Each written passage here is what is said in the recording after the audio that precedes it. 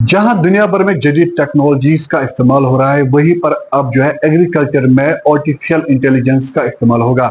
हम इस वक्त मौजूद है कोस्ट कश्मीर में। यहाँ पर भी जो है बच्चे अब आर्टिफिशियल इंटेलिजेंस और मशीन लर्निंग की तालीम जो है हासिल कर रहे हैं। और जो हमारे एग्रीकल्चर फील्ड है वहाँ पर ये चीज़ें कैसे काम करे, वो यहाँ पर वो तालीम हासिल कर रहे हैं। रियल टाइम एडवाइजरी हो या जो भी इस वक्त जो मौसमी हालात है उनको देखने के लिए या उनको मॉनिटर करने के लिए जो है आर्टिफिशियल इंटेलिजेंस का इस्तेमाल अब किया जाएगा। करते कुछ बच्चों के साथ बात, जानते हैं उनका क्या कहना है। मेरा नाम सैदा उकबा रिजवी है और मैं यहाँ स्कॉस्ट की मैं स्टूडेंट हूँ, बीटेक एआई इन एग्रीकल्चर की। ये यहाँ पे नया कोर्स है और मैंने इस कोर्स में ज्वाइन किया है बिकॉज ऑफ द फैक्ट कि जो टेक्नोलॉजी है इस टाइम पे वो बहुत ज़्यादा राइज पे है and at the same time उसका जो एप्लीकेशन हमें एग्रीकल्चर में करना है वो भी बहुत ज़्यादा इम्पोर्टेंट है। जैसा कि आप जानते हैं कि इस वक्त जो हालात है जैसे कि क्लाइमेट चेंज है या बाकी बाकी जो क्लाइमेटिक कंडीशंस है वो कितना ज़्यादा अफेक्ट कर रही है एग्रीकल्चर को। जैसे कि हमारे यहाँ इस साल कितनी कम रेनफॉल हुई तो उसकी वजह से बहुत ज़्यादा हार्वेस्ट जो हुआ वो ज़ाया हुआ, वो अच्छा नहीं रहा। तो उसको बेटर बनाने के लिए हमारा हार्वेस्ट जो है उसको एफिशिएंट बनाने के लिए, प्रोडक्शन को बढ़ाने के लिए हम एआई का यूज़ कर रहे हैं एग्रीकल्चर में। सबसे पहला फ़ायदा मैं आपको कहूँगी कि लेबर रिडक्शन होगी। जैसे कि फार्मर्स जो है हमें मैन रिसोर्सेज़ लगते हैं इसमें एग्रीकल्चर में, लेकिन एआई को इंट्रोड्यूस करके, ऑटोमेशन को इंट्रोड्यूस करके टू बी मोर अप्रोप्रिएट, हम इस लेबर को रिड्यूस कर सकते हैं। जैसे कि ऑटोमेटेड इरिगेशन हम कर सकते हैं या हम प्रिसिशन फार्मिंग कर सकते हैं। जैसे कि एग्जाम्पल है हमारे यहाँ पे सेंसर्स यूज़ होते हैं, तो वो सेंसर्स क्या करते हैं, वो फील करते हैं कि एक प्लांट को कितनी ज़रूरत है पानी की, तो अकॉर्डिंगली उसको इरिगेशन वाटर सप्लाई करते हैं। इसी तरीके से या पेस्टिसाइड होते हैं, कोई डिजीजेस होते हैं हमारे प्लांट्स में, तो उनको भी टैकल करने के लिए हमने सेंसर्स रखे हैं। तो वो इजीली पहले ही प्रायर ही डिटेक्ट करते हैं डिजीजेस एंड उसकी वजह से हमारा जो क्रॉप है, यील्ड जो है वो बेहतर रहता है और अच्छी प्रोडक्शन रहती है। जी बिल्कुल, एक फार्मर जो है ये अफोर्डेबल चीज़ें होती है, जस्ट इसके लिए एक नॉलेज ज़रूरी होती है, जो कि हम लोग एज़ अ फार्मर्स को गाइड भी कर सकते हैं कि वो किस तरीके से जो रिसोर्सेज़ है, जो आज टेक है, उसको यूज़ कर सके एग्रीकल्चर में एंड फार्मिंग में।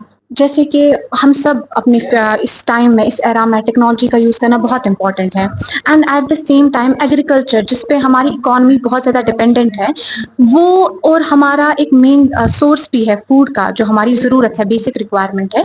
तो इसमें हमें टेक को इंट्रोड्यूस करना, एआई को इंट्रोड्यूस करना बहुत इम्पोर्टेंट है और ये बहुत ही ज़्यादा हमारे लिए फ़ायदेमंद रह सकता है और बहुत ही ज़्यादा हमें बेनिफिट दे सकता है। मेरा नाम है वर्दा और मैंने रिसेंटली एडमिशन लिया है स्कॉस्ट में, which is a agriculture university. So मेरा बैकग्राउंड है एआई इन एग्रीकल्चर। तो मेरा मेन पर्पस होगा एआई पे बात करना, विच इज़ मतलब कैसे ये यूज़ होगा in agriculture, basically technology used in agriculture. तो सबसे बड़ा अगर हम पॉइंट लें तो जो लेबर्स हैं वो कम हो जाएंगे, मतलब हम टेक्नोलॉजी यूज़ करेंगे, जो हम मशीन्स हैं वो यूज़ करेंगे, labours will be replaced by machines. Come time लगेगा, मतलब जिस चीज़ को अगर किसी क्रॉप को ग्रो करने में हफ्ता लगता होगा या मंथ में भी, उसको हम with in a day grow कर सकते हैं, ऐसा होगा।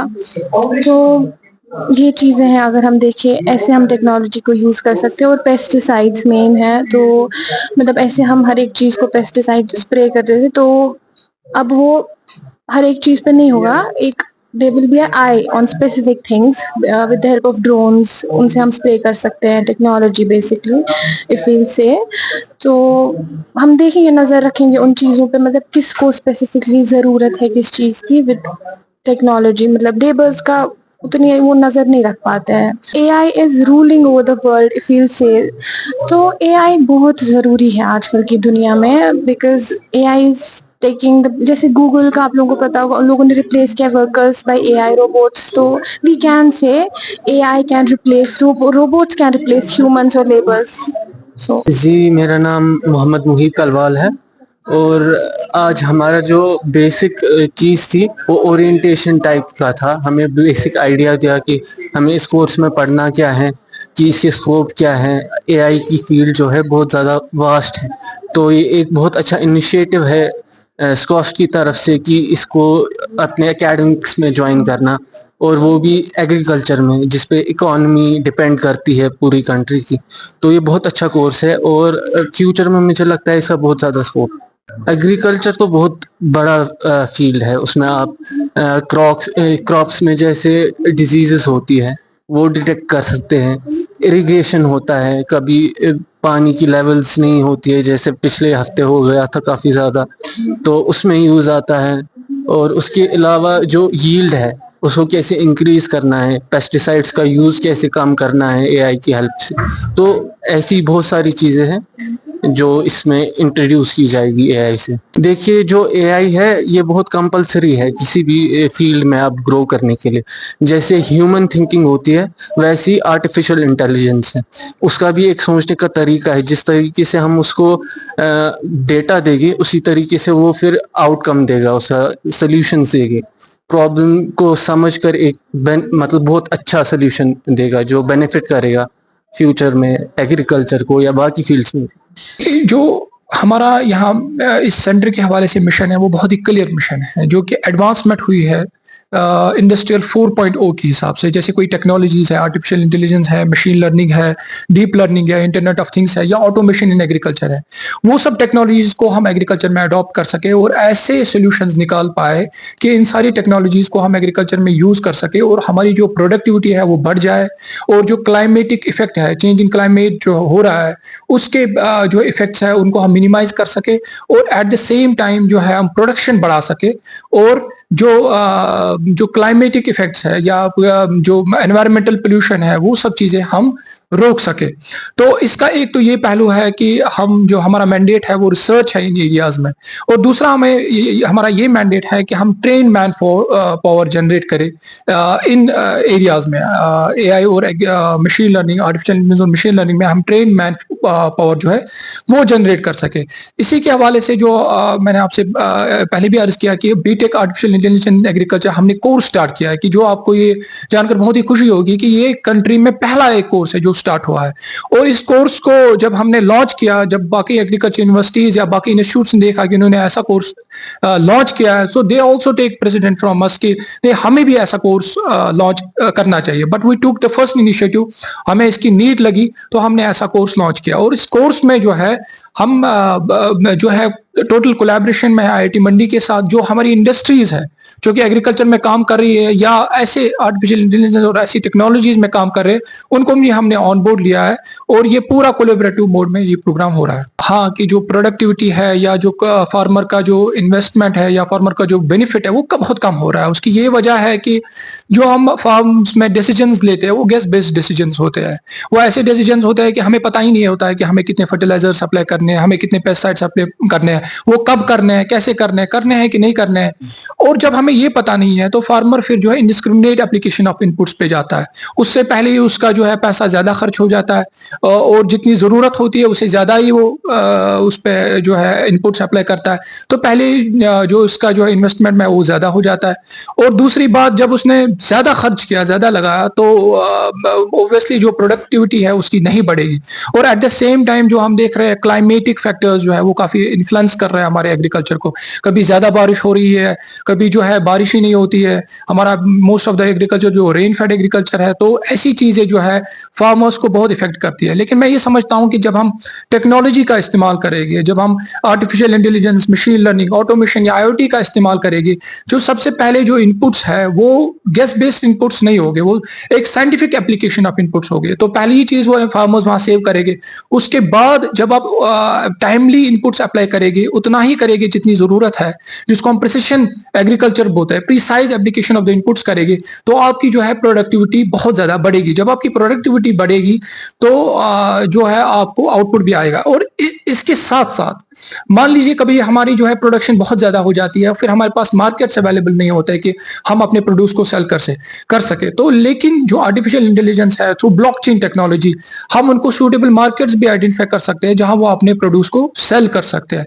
तो मैं समझता हूं कि जो ये टेक्नोलॉजी का रोल है towards upliftment of the farmers वो बहुत ज़्यादा है।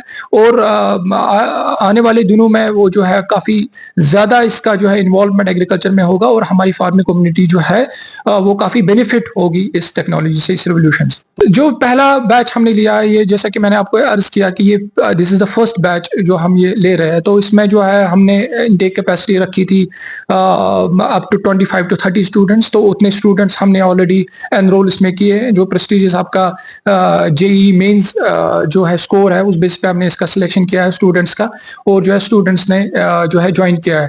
तो आज पहला ही दिन था उनका, ओरिएंटेशन प्रोग्राम था, तो हमने उनको जो है इस कोर्स के बारे में उनकी ओरिएंटेशन की है।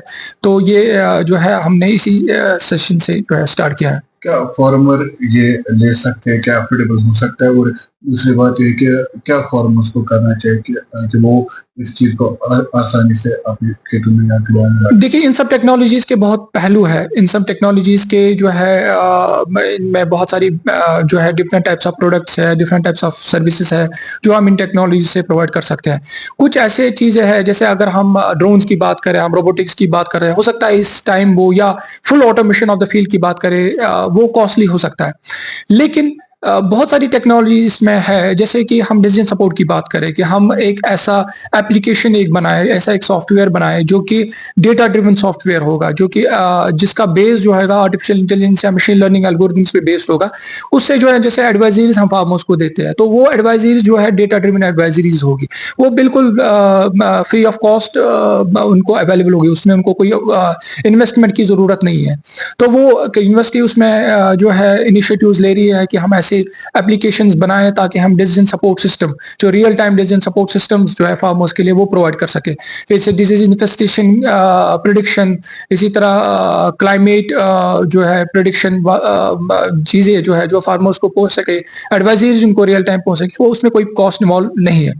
फिर जहां तक रही इंटेलिजेंट सिस्टम्स की या इंटेलिजेंट मशीन्स की, उसमें कॉस्ट इन्वॉल्व है, लेकिन ऐसी रिसर्च चल रही है कि हम उनको जो है अफोर्डेबल कर रहे हैं। और इनको जैसे ड्रोन्स की मैं बात करूं, ड्रोन्स तो काफी कॉस्टली है, लेकिन आप देखिए दूसरे स्टेट्स है इंडिया की, उसमें जो है ड्रोन्स काफी कस्टम हायरिंग बेसिस पे जो है फार्मर्स अडॉप्ट कर रहे हैं, कि कोई जो है एंटरप्रेन्योर वो जो ड्रोन ले रहा है, वो उसके बाद वो सर्विसेज फार्मर्स को दे रहा है। अब ये जरूरी नहीं है कि ऐसी हाई कॉस्ट टेक्नोलॉजी जो फार्मर जो है खुद खरीदे, लेकिन कोई एंटरप्रेन्योर सामने आ सकता है या ग्रुप ऑफ फार्मर्स सामने आ सकते हैं जो उसको खरीद सकते हैं और उसके बाद जो है उसकी सर्विसेज प्रोवाइड कर सकती है। इस तरीके से हम जो है लो कॉस्ट बेसिस पे ऐसी टेक्नोलॉजी जो है फार्मर्स तक पहुंचा सकते हैं।